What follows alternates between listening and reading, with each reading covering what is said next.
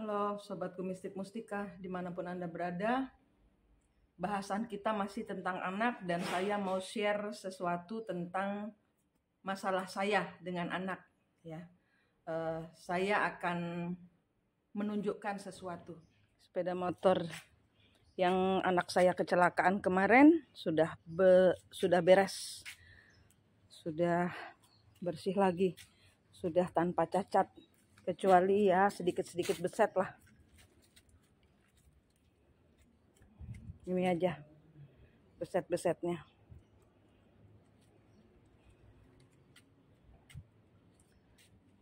Sama bolong di sini. Udah, yang lainnya sudah ini sudah. Jadi yang rusak tuh ini. Ininya pecah, ininya patah. Diganti.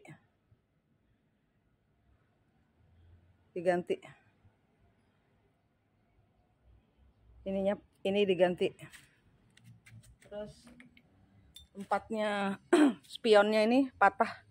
Bayangkan ya, ini hantamannya keras sekali. Terus kemudian salah satu di bagian remnya itu.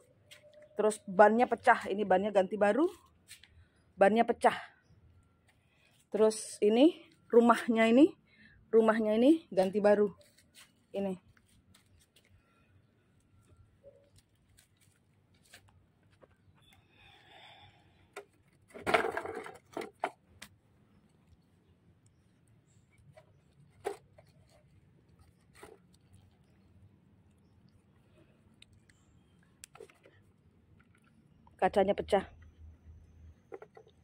Kacanya pecah, ini diganti baru. Yang jadi masalah tuh apa? Sepeda motor model sekarang ini kalau di Bali spare partnya nggak bisa ngumpul. Ini kemarin yang saya mintain tolong beli putu, itu dia keliling 8 showroom Honda Ahas. Itu dia ngumpulin satu persatu bannya di mana, terus tempat olinya itu di mana, terus apa semua macam itu.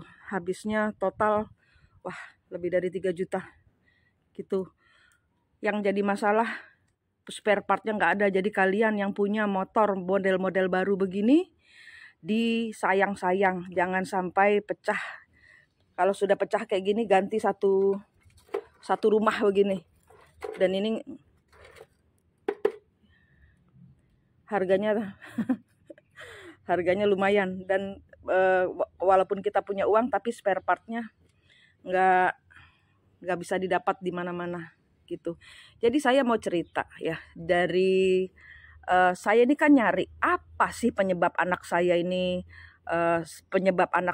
kecelakaan sampai keras kayak gini. Tapi anaknya nggak apa-apa gitu loh. Lucunya anaknya nggak apa-apa.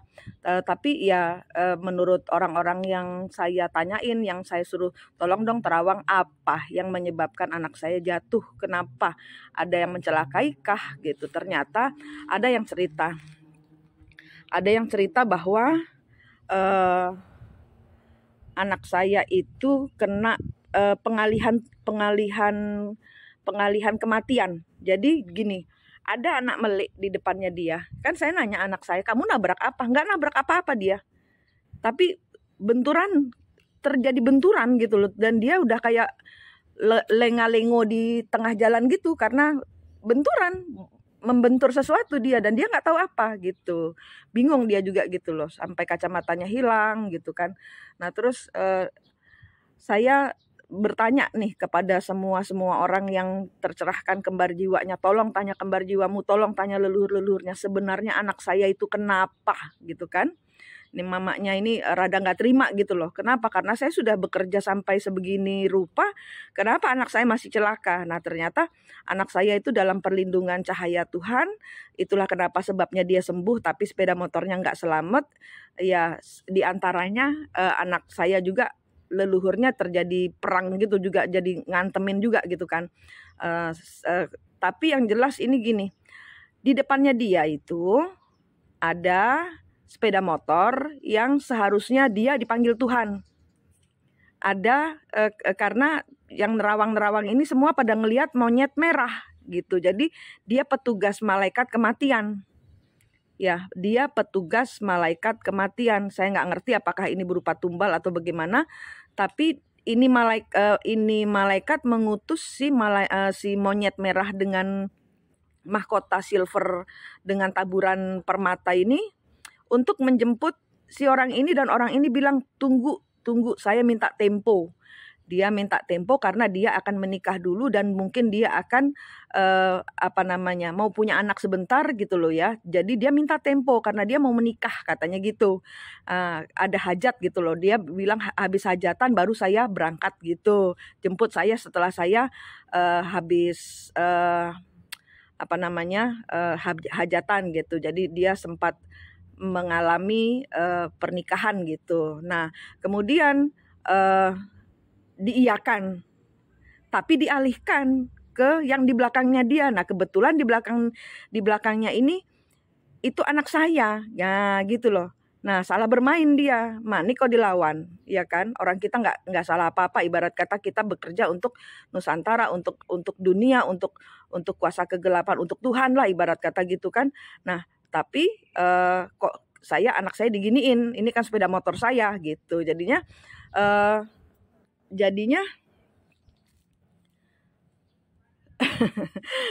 saya agak nggak terima gitu loh. Kenapa?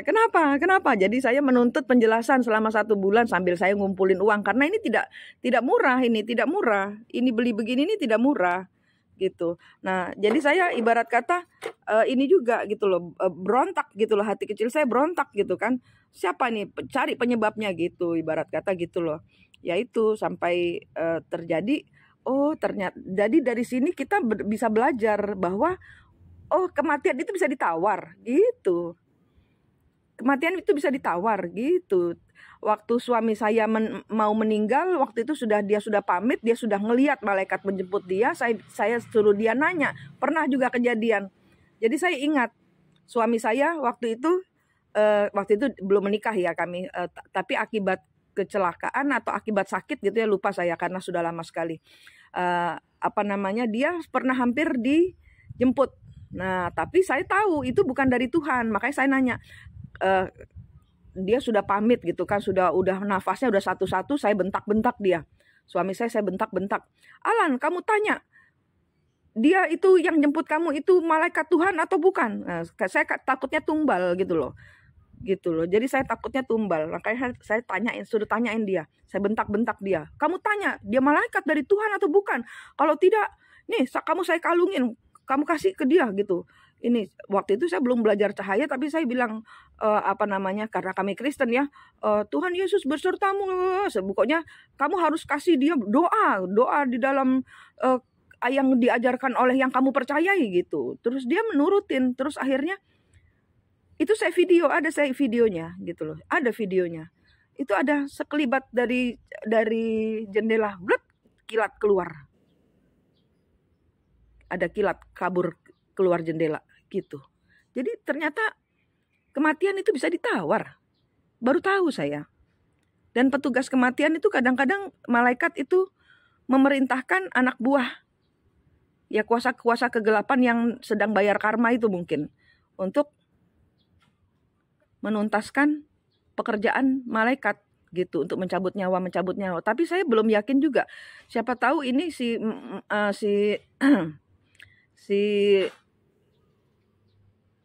monyet merah ini juga kabur. Saya nggak mau ketemu gitu loh, nggak mau deket-deket saya karena dia salah bermain. Nggak mau ditemuin saya, kabur dia selalu. Saya saben sekali saya cari siapa di belakang kecelakaan anak saya, itu pada kabur semua gitu. Mereka salah bermain, anaknya Manik digoda gitu kan. Anakku sudah di dalam balutan cahaya, puji Tuhan.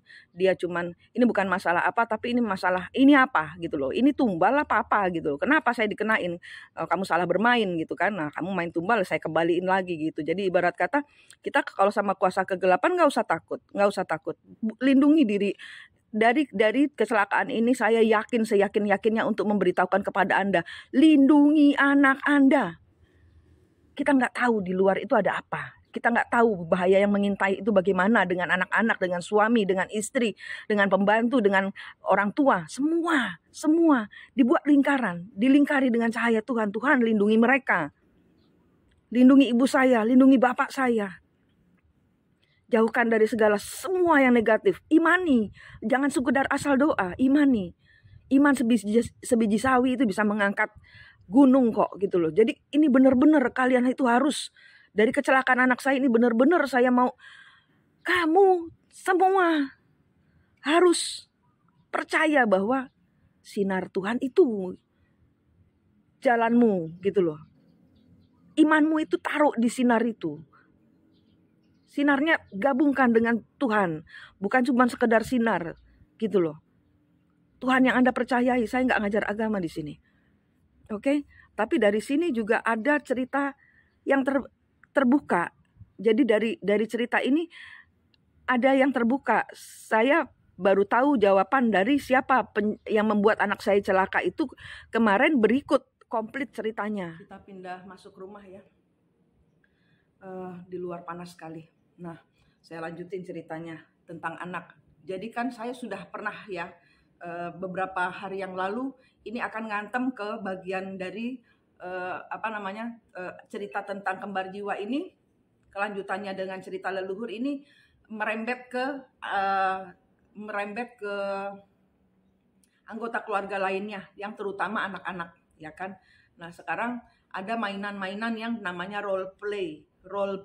Jadi dia bermain sebagai bapak, ibu, istri, anak. Nah, tapi dengan kayak kita main rumah-rumahan. Kalau kayak kita cewek-cewek itu main rumah-rumahan, kalau cowok itu mungkin main mobil-mobilan, role play, di mana kita menjadi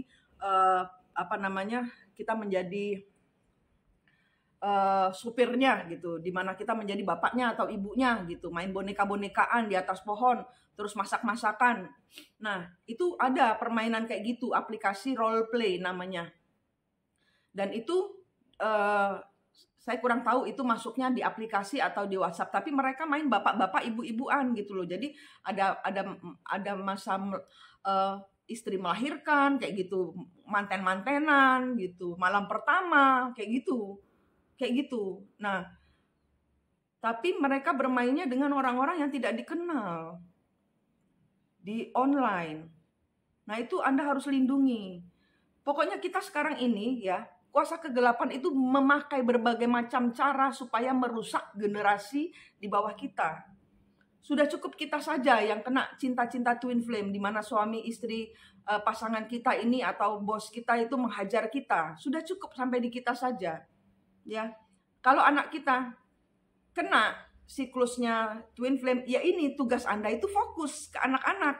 Kenapa? Ya karena anak-anak butuh bantuan Anda, butuh energi Anda. Jangan Anda galau terus, gitu loh. Ya, jangan Anda galau terus. Stop galaunya. Anak-anak Anda butuh Anda, gitu loh.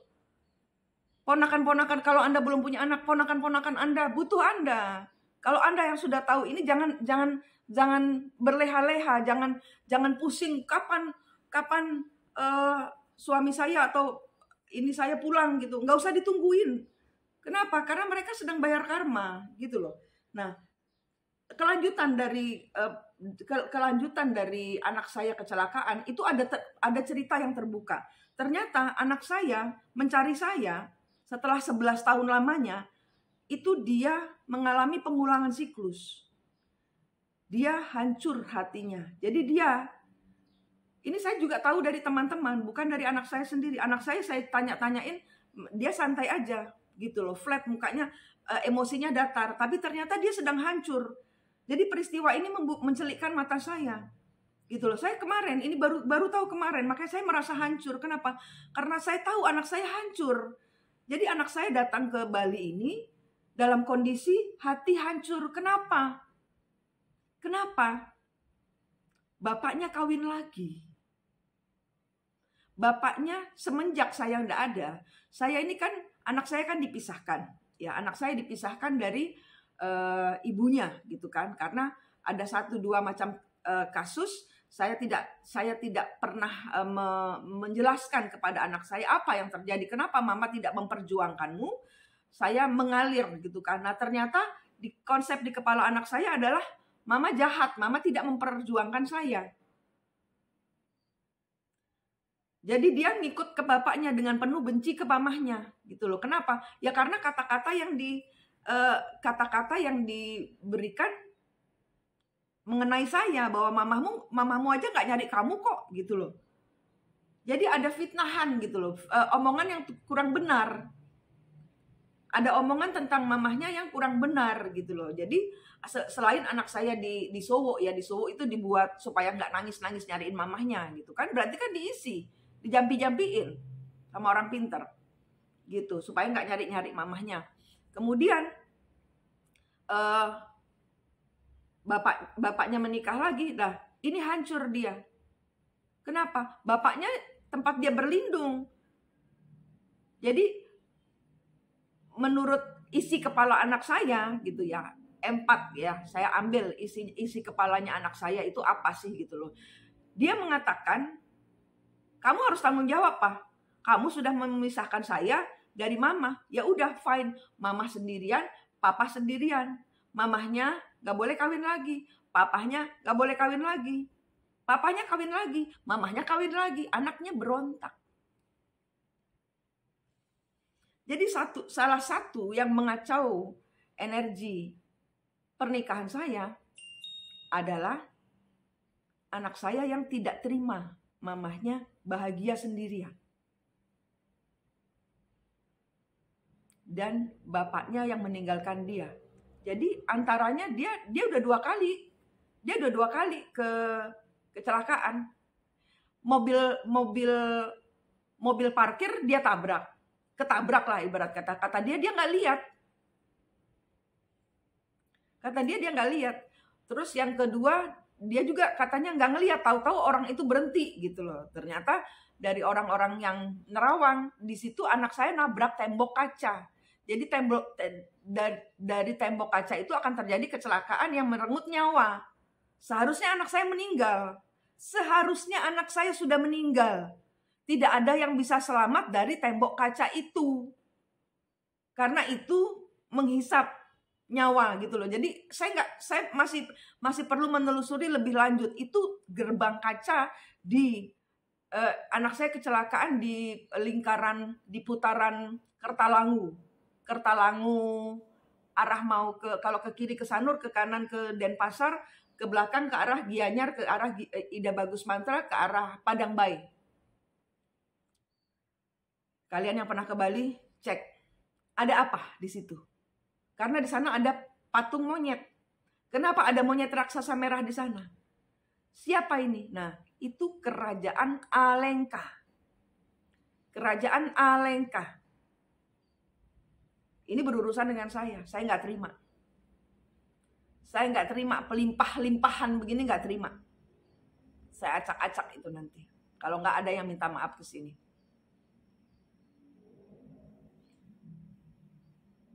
Saya di sini menyampaikan untuk hati-hati dan lindungi anak-anak. Kita tidak tahu apa yang terjadi, yang berkecamuk, yang membuat dia berontak. Anak saya diem, anak saya senyum, tapi hatinya berontak. Hatinya saya hancur. Saya ikut hancur kemarin. Saya ikut hancur melihat anak saya ternyata hancur dan tertawa. Berusaha kuat. Dia kelihatan kuat. Dia kelihatan ceria. Saya nggak tahu satu ide pun. Saya tidak mendapat petunjuk bahwa anak saya sedang dalam masalah. Terlibat kekacauan hati. Terlibat broken heart ya, karena papahnya menikah lagi. Jaga anak-anak Anda. Jangan sibuk melo. Suami Anda pergi, fine. Anda yang pergi meninggalkan suami, pikir lagi. Jangan trauma Anda. Karena saya terus jadi ingat trauma saya. Saya ternyata juga punya trauma seperti itu. Seperti anak saya. Anak saya itu sama seperti saya zaman dahulu. Cuman bedanya ibu saya dan bapak saya tidak bercerai. Dan bapak saya masih waras untuk mempertahankan rumah tangga. Tapi tetap saja trauma. Kenapa? Karena bapak saya dikintili itu dibayang-bayangi oleh seorang penyanyi yang tergila-gila, yang saya tahu bapak saya juga ada rasa. Tapi bapak saya benar-benar memakai kewarasan luar biasa untuk tetap berada setia di dalam pernikahan. Tapi ibu saya cemburu. Ibu saya yang nggak bisa mengendalikan diri. Ini penyanyi juga tergila-gila kepada bapak saya dan nggak bisa mengendalikan diri gitu loh. Bapak saya bisa mengendalikan diri, ibu saya dan penyanyi ini, perempuan sama perempuannya ini yang cakar-cakaran gitu loh. Nah, dan itu membekas. Kenapa? Terjadi pertengkaran setiap hari. Ngedengerin ibu saya ngomel. Itu masuk. Nah, dan ini masuk ke saya dan ini masuk ke anak saya. Sudah nurun. Buat kasus saya sudah nurun. Plus anaknya pacaran dengan orang Bali. Di masa lalu mereka ada, saya cuma tinggal nunggu bomnya aja. Karena anak saya sudah tercerahkan kembar jiwanya. Jadi saya sudah lihat nanti akan ada peristiwa gini, kamu hindari, caranya hindari gini. Tapi saya kecolongan soal bapaknya ini. Saya kecolongan soal bapaknya menghancurkan hatinya dia. Saya ikut hancur. Dia mencari mamahnya sibuk menyembuhkan orang lain, tidak menyembuhkan dia. Aku gak ngerti. Aku kurang teliti. Saya jadi ibunya kurang teliti. Seharusnya saya menjadi penjaga anak saya. Dia dititipkan di rahim saya ini bukan terus saya semena-mena bisa memperlakukan anak seenak sendiri. Kamu anak saya harus ngikut saya. Enggak, tanggung jawabnya ke Tuhan itu ada. Anda gagal ngurus anak, totalane ono, ada sendiri. Jadi kalian yang galau ditinggal suami, jangan sibuk mengisi pundi-pundimu dengan rezeki dari suami orang. Karma cepat datangnya.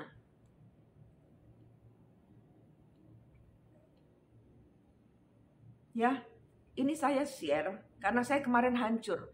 Saya hancur melihat anak saya hancur. Dan saya tidak tahu. Di depan mata saya, anak ini siliwar-siliwar, happy. Dalamnya bosok, hancur. Kenapa? Karena saya dan bapaknya.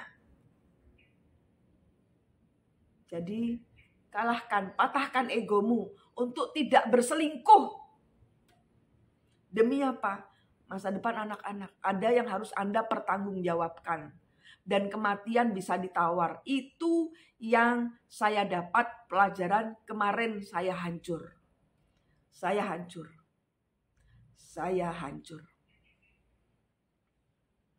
Melihat anak saya hancur, saya pun hancur. Semoga Anda mendapat banyak pemahaman dari cerita saya ini untuk waras di tengah segala sesuatu yang tidak waras ini. Anda mencintai seseorang yang bukan punyanya, pikirkan anaknya. Karena karma berbalik kepadamu. Sekarang saya menyampaikan hal ini kepada mantan suami saya. Anakmu kayak gini, dia cemburu, kamu menikah lagi. Gak bisa ngomong. Gak bisa membatalkan perkawinannya. Seandainya saya bisa membatalkan perkawinannya, saya akan batalkan demi Noni. Noni itu anak perempuan. Suami saya kan Cina. Kalau saya bisa membatalkan perkawinan, saya akan membatalkan demi Noni. Kenapa saya selalu manggil kalian yang curhat-curhat non? Karena kalian saya anggap anak. Noni. Nyo, anak laki-laki. Nyo, anak laki-laki. Jaga diri kalian. Sembuhkan trauma. Karena saya baru kebongkar traumanya. Trauma saya kebongkar. Setelah saya hancur, trauma saya tentang masa kecil saya cutek. Dan saya berjanji sama Tuhan, gak mikirin apapun juga selain menjaga anakmu, anak saya jaga. Saya menjaga keturunan kalian. Kamu mau gila-gilau sendiri. Jangan anak-anak kebawa-bawa, kasihan. hancur. Ya. Jangan beralasan demi anak-anak saya mempertahankan rumah tangga. Enggak. Pada saat pasanganmu meninggal, kamu buat anak-anakmu menjauh dari toksik. Jangan kembalikan suami atau istrimu yang toksik demi anak-anak. Enggak. Anda akan meracuni. Pada saat mereka memberikan, menoreh luka, saat pasanganmu meninggalkan buah hati mereka dengan tega, itu luka sudah tertoreh. Luka di hatimu sudah tertoreh. Luka di hati anak-anak lebih tertoreh. Jangan repot nyuruh dia kembali untuk anak-anak. Anak-anak sembuhkan dulu. Waraskan anak-anak. Jaga anak-anakmu. Jaga pasanganmu. Bungkus mereka dengan cahaya, gelembung cahaya Tuhan. Anda harus pembersihan energi. Sembuhkan luka hati kalian. Pisau-pisau Anda cabut-cabutin dulu. Kemudian sembuhkan diri kalian dan berbahagia dengan apapun yang Anda terima. Sehingga Anda tidak kesepian. Sehingga Anda tahu jalan keluar. Sehingga Anda punya berkat. Kenapa? Karena orang-orang yang fighting, berjuang, berkatnya dimudahkan. Ya, sehingga karena urusan kayak gini-gini ini ngempelangnya keuangan. Ya, mukulnya ke keuangan. Jangan takut ibu-ibu yang diinikan, rezekimu nanti akan kembali kesedot dari rezekinya yang disawer buat orang. Nanti mereka akan berapapun yang pasangan Anda sawer buat orang lain, itu nanti akan kembali ratusan kali lipat buat Anda. Percaya saya, biarin aja. Ya, yang penting Anda sudah menyatakan diri, menyatakan sikap. Jangan biarin tapi nggak ngomong. Anda harus menyatakan sikap dulu. Saya tidak setuju. Tapi kalau memang tetap dilanggar, lapor Tuhan. Lapor pusat. Hidup kita punya Tuhan. Ya kan?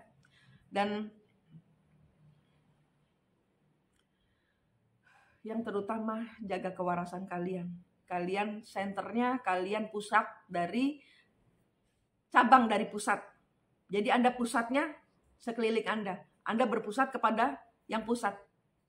Anda senternya. Anda yang harus geret energi. Anda tidak harus berusaha apa-apa. Anda hanya harus sembuh. Positive thinking. Positif mulut. Bicaranya positif. Pikiran positif. Semua jalanmu akan dibukakan. Saya yakin itu. Ya, saya hari ini sudah bangkit dari kehancuran. Saya sudah serahkan. Jadi ada ceritanya Ibu Nawang Wulan. Ibu Nawang Wulan apa siapa itu yang nyebur ke laut karena bapaknya Ibu Nawang Wulan ya? Apa siapa ya? Lupa saya. Yang nyebur ke laut karena bapaknya menikah lagi dan dia dan ibunya ditinggalkan. Nah, ini terjadi di anak saya. Ibu Ratu Baju Hijau. Salah satu Ibu Ratu Baju Hijau yang di laut. Saya lupa namanya, lupa. Itu yang dipakai di siklus leluhurnya anak saya. Padahal saya udah putus-putusin. Tapi ada tidak teliti. Kenapa? Sibuk nyembuhin orang. Sibuk nyembuhin hati sendiri. Sibuk supaya nggak kesetrum. Lupa anak saya sudah kejet kesetrum dari kemarin. Saya nggak tahu. Itu saya hancur. Ya. Anak-anakmu jaga kewarasanmu. Jangan sibuk cari pacar baru. Anakmu beresin dulu. Ya. Manik di sini dari Mistik Mustika. Semoga cerita saya bisa membantu Anda untuk menjaga kewarasan di tengah dunia yang tidak waras ini. Rahayu.